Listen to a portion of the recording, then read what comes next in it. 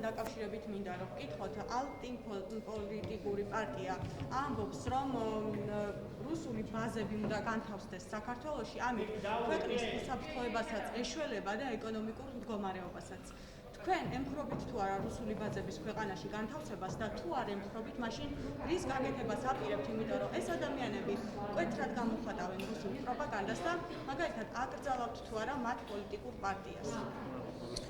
პირველ რიგში მოკლედ გეტყვით, რომ რა თქმა უნდა არ ვემხრობით რუსული ბაზების განლაგებას საქართველოში. ეს აბსურდული იდეა არის და გამომდინარე აქედან ამ ნარატივით მეორეჯერ აღარ მომმართოთ. ზოგადად რაც შეეხება პოლიტიკური პარტიის დარეგისტრირებას ან არ დარეგისტრირებას, ეს კაფიოთ არის გაწერილი კანონში, თუ როგორ და რანაირად ხდება დარეგისტრირება, რა კრიტერიუმებს უნდა აკმაყოფილებდეს და მათ შორის მისი საწესდებო დოკუმენტაცია და მისი საპროგრამო დოკუმენტაცია რას უნდა აკმაყოფილებდეს და აქედან გამომდინარე იუსტიციის სამინისტრო იღებს ამასთან დაკავშირებით. პოლიტიკური გემოვნების შესახებ მე ჩემი პოზიცია უკვე მოგახსენე. სწორედ ამ პოლიტიკური გემოვნებიდან გამომდინარე არის თუ არა საკმარისი ეს განცხადებები იმისთვის, რომ უბრალოდ ქართულმა ოცნებამ და იუსტიციის სამინისტრომ არ მისცეს პარტიას ჩამოყალიბების უფლება. სწორედ ასეთი მიზნების გამო. მე პირველ რიგში კიდევ გეტყვით, რომ ქართული ოცნება არ არის ამას გავმართა უბრალოდ რა ის ორგანო, რომელიც რომელიღაცა პარტიას არსებობის უფლებას ან უფორმებს, ან არ უფორმებს. ამიტომ ეს შეკითხვა ქართული ოცნებას არ ეხება. თვითონ ქართული ოცნების პოზიცია სამხედრო ბაზებთან დაკავშირებით ცალსახად და მკაფიოდ მოგახსენეთ. გამომდინარე აქედან განარჩენს წვითავს იუსტიციის სამინისტრო. ზოგადად განცხადება, რომ ვიღაცას უნდა რუსეთთან ახლოს ყოფნა, ეს არის მისი პოლიტიკური გემოვნება და მან აგოს ამაზე პასუხი ქართველი ამორჩევლის წინაშე. რაც შეეხება ბატონო ირაკლი, უკაცრავად. აი ორი კითხვა ხო დამისვით ხა გადავიდეთ რა რომ ყველას ორი კითხვა დაგისვით, ეს თემაზე დაგისვით კითხვა, დასისტება მინდოდა და მეორე კითხვაზე გადავალე ხო? ეს არის ირაკლი ღარიბაშვილის განცხადებები, ირაკლი ღარიბაშვილის განცხადებები ნინო ლომჯარიასთან დაკავშირებით. ღარიბაშვილი ეთანხმება ირაკლი კობახიძეს, ამბობს, რომ ფეიქ დასკვნებს აქვეყნებს ლომჯარია და ასევე არასამართლიან განცხადებებს აკეთებს ის. ზოგადად ოპოზიცია ფიქრობს, რომ ქართული ოცნებამ შტურმი მიიტანა სახალხო დამცველზე და ასე ვთქვათ, ემუქრება მას. რა შეგიძლიათ გითხრათ, რატომ არის ასეთი დამოკიდებულება ომბუდსმენის მიმართ? პირველ რიგში ვიტყვით, რომ ჩვენ შტურმი კი არ მივიტანოთ. ჩვენ ვამბობთ იმ სიმართლეს, რომელიც სიმართლეს ზედაპირზე დევს. აქედან გამომდინარე სიმართლის თქმა შტურმის მიტანა არ არის. მეორეც, ნინო ლომჯარია უნდა იყოს სახალხო დამცველი და არა ერთი პოლიტიკური აქტორის და პოლიტიკური პარტიის ინტერესების გამტარი. ანუ ნინო ლომჯარიას საქმე ის კი არ უნდა იყოს, რომ როგორ წაიყვანოს საქმე იქითკენ, რომ პატიმარი სააკაშვილი გარეთ გამოიყვანოს. ნინო ლომჯარიას საქმე უნდა იყოს მხოლოდ და მხოლოდ ის, რომ თუ ირღვევა პატიმარი სააკაშვილის უფლებები, როგორც პატიმრისა, ეს უფლებები დაიცვას და არ უნდა აკეთოს ის განცხადებები და არ უნდა აკეთოს ის ქმედებები, რომლის მიზანიც არის, რომ პატიმრობიდან დაიხსნას რამენაირად სააკაშვილი.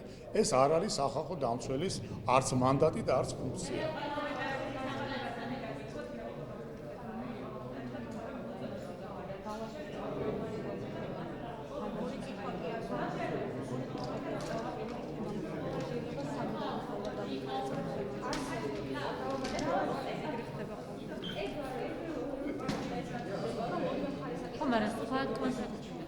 ბატონო, ანუ საერთოდ პოლიტიკური, როდესაც ლაპარაკობთ ზოგადად პოლიტიკურ ურთიერთობებზე, მათ შორის კრიზისზე, დაძაბულობაზე, უნდა ყველამ კარგად გავიგოთ, რომ ამ პოლიტიკურ, ასე ვთქვათ, ცხოვრებაში არ არის მხოლოდ ერთი მხარე.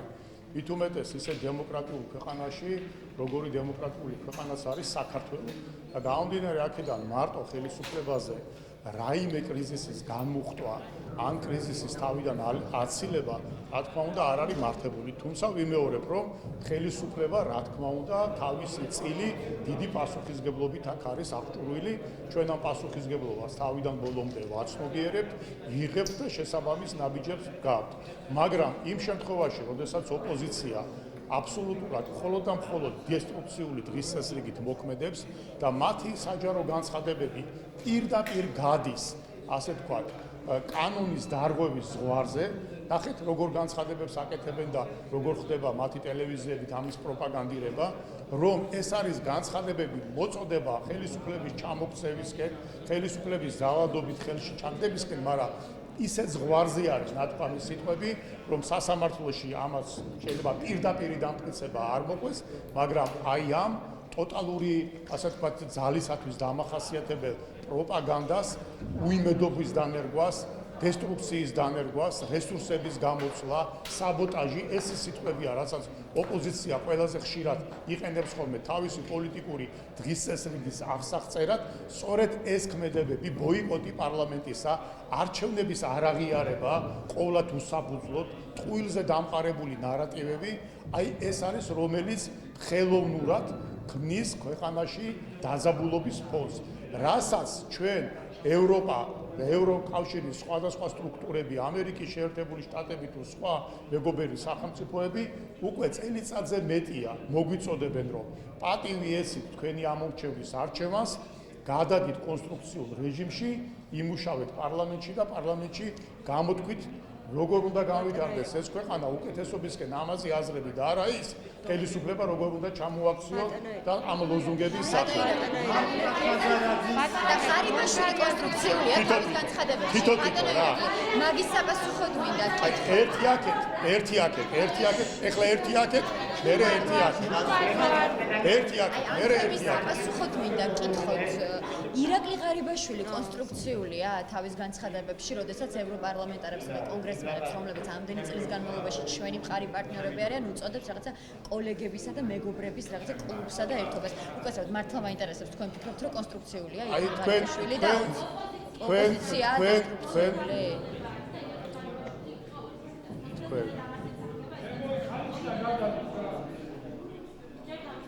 და საბოტაჟი აი ესეთი კითხვებია. პირველ რიგში უნდა ვთქვათ ერთი რამ, რომ ჩვენ უნდა ყველამ ვისწავლოთ ევროპულ პოლიტიკასთან ურთიერთობა. ევროპული პოლიტიკა და პოლიტიკოსები არ არიან, ასე ვთქვათ, ყველა ერთგვარი, ყველას გააჩნია თავისი პოლიტიკური დღესწესრიგი, თავისი პოლიტიკური სიმპათიები. ჩვენ რატომღაც არასდროს ოპოზიციური, ასე ვთქვათ, პროპაგანდა არასდროს არ აკეთებს აქცენტს იმ ოფიციალურ განცხადებებზე, ოფიციალურ რეზოლუციებზე, სადაც მრავალგზის და მრავალჯერ წერილობით უთხრეს, რომ დაანებეთ დემოკრატიის ძირის გამოთხრას თავი. შევძანდით პარლამენტში, დაემორჩილეთ ამორჩევლის გადაწყვეტილებას, ვერდიქტს და იმუშავეთ ქვეყნის განვითარებისათვის. ყოველთვის წინა პლანზე მოდის ერთი ან ორი კონკრეტული ევროპარლამენტარის ან სხვა რომელიმე ანალიტიკოსის განცხადება. გამომდინარე აქედან ღარიბაშვილის იქნება კობახიძის მიერ თუ სხვის მიერ გაკეთებული შეფასებები ემსახურება სწორედ ამას, რომ გავარჩიოთ ჩვენი მთავარი სტრატეგიული მიმართულება რა უნდა იყოს და ცალკეული პოლიტიკოსის თუ ცალკეული დეპუტატის თუ ცალკეული ანალიტიკოსის განცხადება კიდე რა მნიშვნელობას იძენს ამ შემთხვევაში. ჩვენთვის მთავარი არის, რომ ის ძირითადი მიზანი, რაც ქართულმა ოცნებამ საპარლამენტო კონსტიტუციის მიღების დროს ჩაწერა კონსტიტუციის პრეამბულაში, ჩვენი ქვეყნის სვლა ევროატლანტიკური სივრცისკენ იყოს განუხრელი და რა თქმა უნდა, შიდა პოლიტიკურ ბრძოლაში გამოყენება სხვადასხვა ევროპარლამენტარის თუ დეპუტატისა იმ მიზნების მისაღწევად, რომ შენი დესტრუქციული მიზანი განახორციელო და ხელისუფლება ხელში ჩაიგდო არაარჩევნების გზით, ხელისუფლების ეგრეთ წოდებული ჩამოშლის გზით, ვერ იქნება რა თქმა უნდა ჩვენი მხრიდან მოწოდებებული. ბატონო,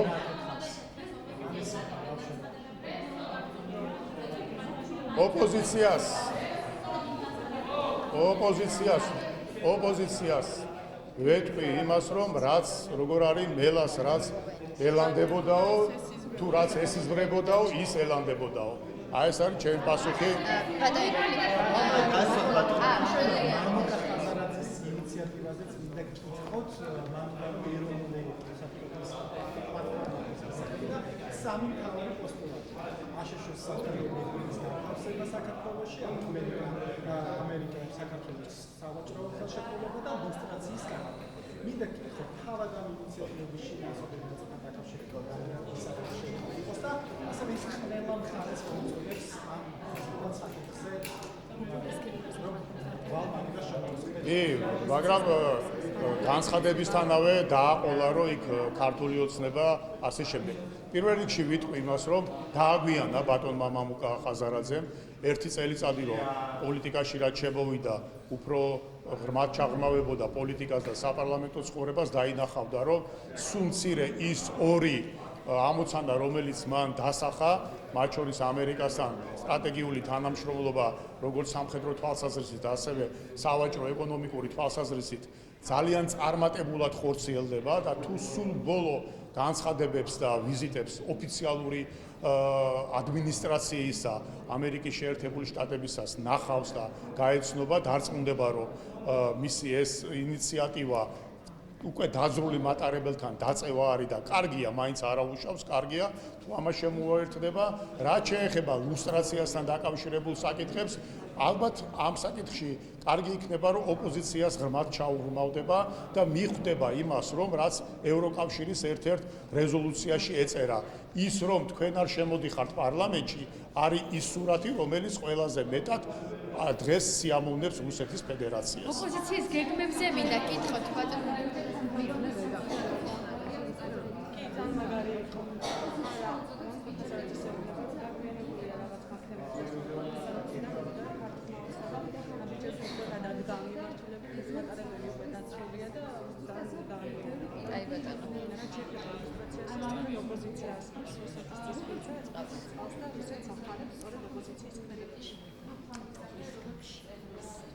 ანუ ოპოზიცია ყოველთვის ცდილობს ხოლმე, რომ რაღაცა იარლიყი მოიგონოს, ან რაღაცა ლოზუნგი მოიგონოს და ეს, ასე ვთქვათ, პიარული ნაბიჯი არის, რომ რაღაცა ამით ან არარსებული მოგაკეროს პუტინის პატიმარი, როგორც აქვთ ახლა, მინეხოცებოდა ჩამოსვლას, ან მეორე, რომ რაღაცა გააბაიბურონ.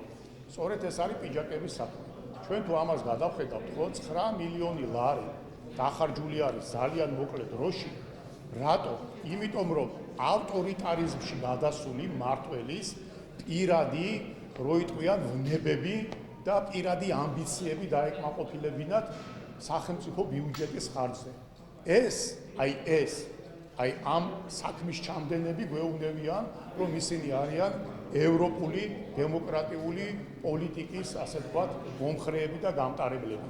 თქვენ თუ გადახედავთ ევროპაში, ევროპარლამენტარების დონეზე, ან პრეზიდენტის დონეზე, თქვათ, სარკოზის შემთხვევაში, რა თანხის გამო და რის გამო აქვთ წითელი, ასე ვთქვათ, ბარათები ამოღებული მათ პოლიტიკაში ყოფნისათვის და სასამართლო გადაწყვეტილებები და პატიმრობები შეფარდებული, თქვენ დაინახავთ, რომ აქ გიგანტური, ასე ვთქვათ, ხარჯები აქვს გაწეული პიროვნული თავისი პირადი ვნებებისა და ამბიციების დასაკმაყოფილებლად სახელმწიფო ბიუჯეტის ხარჯზე. ეხლა ერთი აქეთ და ერთი აქეთ. მოგიხარით, ხო?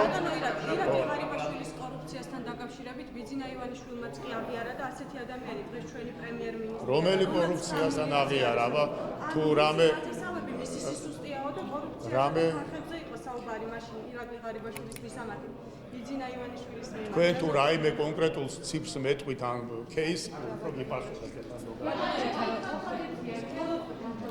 აი ეს ადამიანი და მე თქვენ არ დავუსვით. მე მინდა გითხოთ ესეთი რაღაც, გუშინ თქვა, ირაკლი ღარიბაშვილმა პირველ დახსნაში და ნაციონალური მოძრაობა საკუთარი ხელისუფლების პერიოდში 1 მილიონი დოლარის თანხმობის საფინანსების გამოსაყენებთან და ასევე ესახავს პირადი ურთიერთობები. მინდა გითხოთ, არის თუ არა ეგ მართლაც ეგრე და თქვენ ამ საკითხთან დაკავშირებით შეგიძლიათ დაინტერესებდეთ თუ შეხედავთ იმდროინდელი უშიშროების საბჭოს, რომელსაც გიგა პოკერია ხელმძღვანელობდა ლობისტური საქმიანობისათვის, რამდენი ათეული მილიონობით ლარი ჰქონდა გამოყოფილი, რომელიც სამწუხაროდ მოხმარდა არა ქვეყნის ლობისტურ ინტერესებს, არამედ ძირითადად მოხმარდა ნაციონალური მოძრაობის ლობისტურ ინტერესებს და აქედან შეგიძლიათ უფრო აი ეს ციფრები დაგანახებთ მთელ ამ მოქმედების სიღრმეს. ზოგადად, რა თქმა უნდა, ლობისტური საქმიანობა, მათ შორის პოლიტიკური პარტიისათვის ნორმალური რამ არის, ამაში არაფერი საზრახისი არ არის, მაგრამ აქაც ყველაფერს სჭირდება თავისი, ასე ვთქვათ, კანონის და წესის დასვა. ჩვენ უახლესი თემა ვიცით, ხო, როდესაც ავსტრიის პრემიერ-მინისტრი გადადგა იმუნიტეტი მოექცნა, როდესაც მან თავის პარტიული ინტერესებისათვის გამოიყენა ბიუჯეტი. აქედან გამომდინარე, ვამბობთ, რომ იქ თუ ლაპარაკი შეიძლება იყოს 100,000-ზე, მილიონზე, აქ ლაპარაკია საერთოდ პირად ინტერესების დაკმაყოფილებაზე 10 მილიონებზე. ბატონო ირაკლი. დიახ.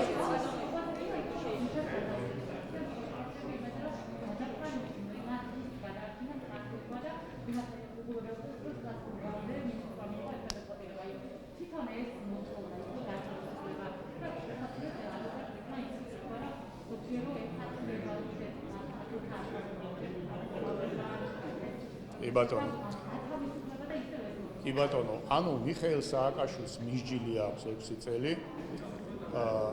მან, ასე ვთქვათ, ის ჩამოვიდა საქართველოში, შემოიპარა უпростоრეთ. ეს სხვა ისტორია არის, ცალკე რო იტყვიან ისტორია, ვინ შეიყვანა ის ამ მდგომარეობაში და ალბათ ყველაზე მეტი გასარჩევი საქმე ჭყალებში შეიძლება ესე ვთქვათ, მას თავის სწორედ იმ მომხრეებთან ექნება, ვინც ახლა ვალდებულები არიან, რომ რამენაირად სადაც შეიყვანეს მიხეილ სააკაშვილი, იქიდან გამოიყვანონ. აქედან გამომდინარე, აქ სავსებით გასაგებია, რომ მისი ადვოკატები და მისი პოლიტიკური მხარდაჭერები და მისი პროპაგანდისტული მანქანა ყველაფერს გააკეთებენ იმისათვის, რომ ბუზისგან სპილო შექმნან, ოღონდ კი სააკაშვილი გამოიყვანონ ციხიდან.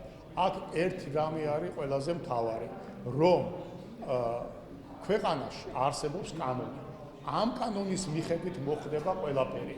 პატიმრის უფლებების დაცვაც, პატიმრის გადაყვანა სხვადასხვა დაწესებულებაში, ჯანმრთელობის საკითხებზე ზრუნვა და ასე შემდეგ. ამიტომ ყველას, ვისაც სურს, რომ რაიმე აქტიურობა ჰქონდეს სააკაშვილთან მიმართებაში, ხო, უნდა კეთილი ინებოს და კანონის მიხედვით იმოქმედოს.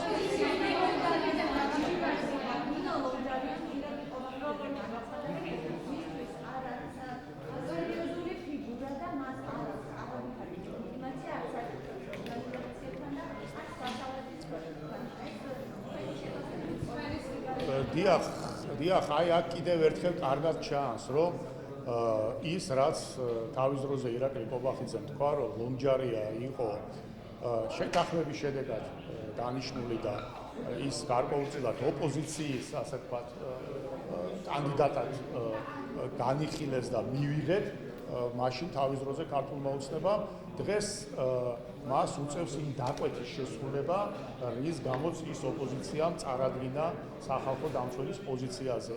და კიდევ ერთხელ გვიჩვენებს ეს, რომ რამდენად მოწყვლადი არის ადამიანი, რომელიც ასრულებს კონკრეტული ოპოზიციური რადიკალური ძალების დაკვეთას და არასრულებს იმ მოვალეობას, რაც მას კანონით აქვს განსაზღვრული და მისი ეს პოლიტიკური შეფასებები პოლიტიკურ ლიდერთან დაკავშირებით მართველი პარტიის ამის ყველაზე ნახელი ილუსტრაცია იმ ადამიანებისთვის, ვინც ერკვევა რა არის უფლებადამცველი და რა არის სახალხო დამცველის კომპეტენცია. ბატონო ირაკლი, ნახეთ, ნაციონალურმა მოძრაობამ რამდენიმე წუთის წინ გამოაქვეყნა სატელეფონო ჩანაწერი, სადაც ფიგურირებს ნუგზარ ფუტკარაძე, რომელიც გარდაიცვალა რამდენიმე დღის წინ და იყო ახალი საკრებულოს წევრი და ამ ვიდეო ჩანაწერში ამტკიცებენ, უბრალოდ სატელეფონო ჩანაწერში ნაციონალური მოძრაობის წევრები ამტკიცებენ, რომ ისმის, როგორც თავაზობს უცხო პირი $100,000 სანაცვლოდ ქართული ოცნების რიგებში გადასვლას ნუგზარ ფუტკარაძე და უფრო მეტიც ნაციონალური მოძრაობის წევრები საუბრობენ, რომ სისტემატური სახე ჰქონდა მსგავსი ტიპის ბულინგ შეიძლება ითქვას კიდეც ნუგზარ ფუტკარაძის მიმართ და სწორედ ეს გახდა მისი გარდაცვალების მიზეზი. ზია კერზაიას საქმესთან აუცილებლად ავლებენ პარალელს. მინდა გკითხოთ, რამდენად დამაჯერებელია. არ ვიცი, ახლა აი უცბად თქვენ რაღაცა ინფორმაციას მეუნებით, რომელიც საერთოდ რამდენად რეალურია, რა ჩანაწერია, ახლა რამდენიმე წუთის წინ რა გიპასუხოთ. ანუ ეხლა ყველაფერი თქვენ ერთი რამე მინდა რომ თქვენ კი არა საზოგადოებას უთხრათ, რომ ყველაფერს იყენებენ, იაკერზაია საქმე კი არა. სამწუხაროდ ადამიანი გარდაიცვალა ახალგაზრდებს შორის დაპირისპირებაში. სამწუხაროდ ადამიანმა ძალიან დიდი ტრაგედია მოხდა სიცოცხლე თვითმკვლელობით დაასრულა და ამას მთელი წლის განმავლობაში ახვევდნენ, ყიდდნენ ისე რომ ხელისუფლება მოკლა. აი არაფერს ჩვეულებრივ ადამიანის და ოჯახის ტრაგედიას ხდიდნენ იმ кейსად, რა кейსითაც უნდათ გარდაცვლილი ახალგაზრდას. არ ვიცი თქვენი ტელევიზია რომელია. თქვენი ტელევიზია არ ვიცი რომელია. მე ამას ვამბობ, რომ წლების განმავლობაში მომხდარ კრიმინალურ სამწუხარო შემთხვევებს ყიდდნენ და ფუთავდნენ ისე, რომ ხელისუფლებამ შეუკვეთა ვიღაცის თვითმკვლელობა დააბრალა, ვიღაც ახალგაზრდის სიკვდილი და ასე შემდეგ. ეს არის სწორედ ამ ოპოზიციის მოქმედების გეგმა. იაკერზაიას საქმეც ეს არის. ადამიანი ესე შემოწმებაზე შევიდა განათლების სამინისტროს ასე ვთქვათ სტრუქტურა, რომელიც ყველა სკოლაში შედის. ადამიანი მის შემდეგ რაღაცა პერიოდის შემდეგ გულის შეტევით გარდაიცვალა და დაუკავშირეს ესევე იმას, რაც რუტინული სამუშაოა მთელი საქართველოს მასშტაბით 1000 სკოლაში. ამიტომ გეუბნებით, რომ ესეთი აბსურდი რატო აკეთებს ოპოზიცია მას? იმიტომ რომ მე ვიმეორებ, ამ ოპოზიციას აქვს კომპლექსი იმ ცოდვებისა, რაც ჩადენილი აქვს და უნდა რომ ეს ცოდვები რამენაირად რომ ვერ ინანიებს, სხვაც ცოდვილი გახადოს. და ესე დადიან და ეძებენ სადმე გარდაცვლის, სადმე რაღაცა უბედურებას რო იქ და ხელისუფლებას მიაწერენ. სამწუხაროდ ეგრეა. დიახ. აქ ხო დასვე, ახლა იქით გადახვედი, ხო? კი ბატონო. ორი შეკითხვა და მივდივარ რა, მეც იმდენისა.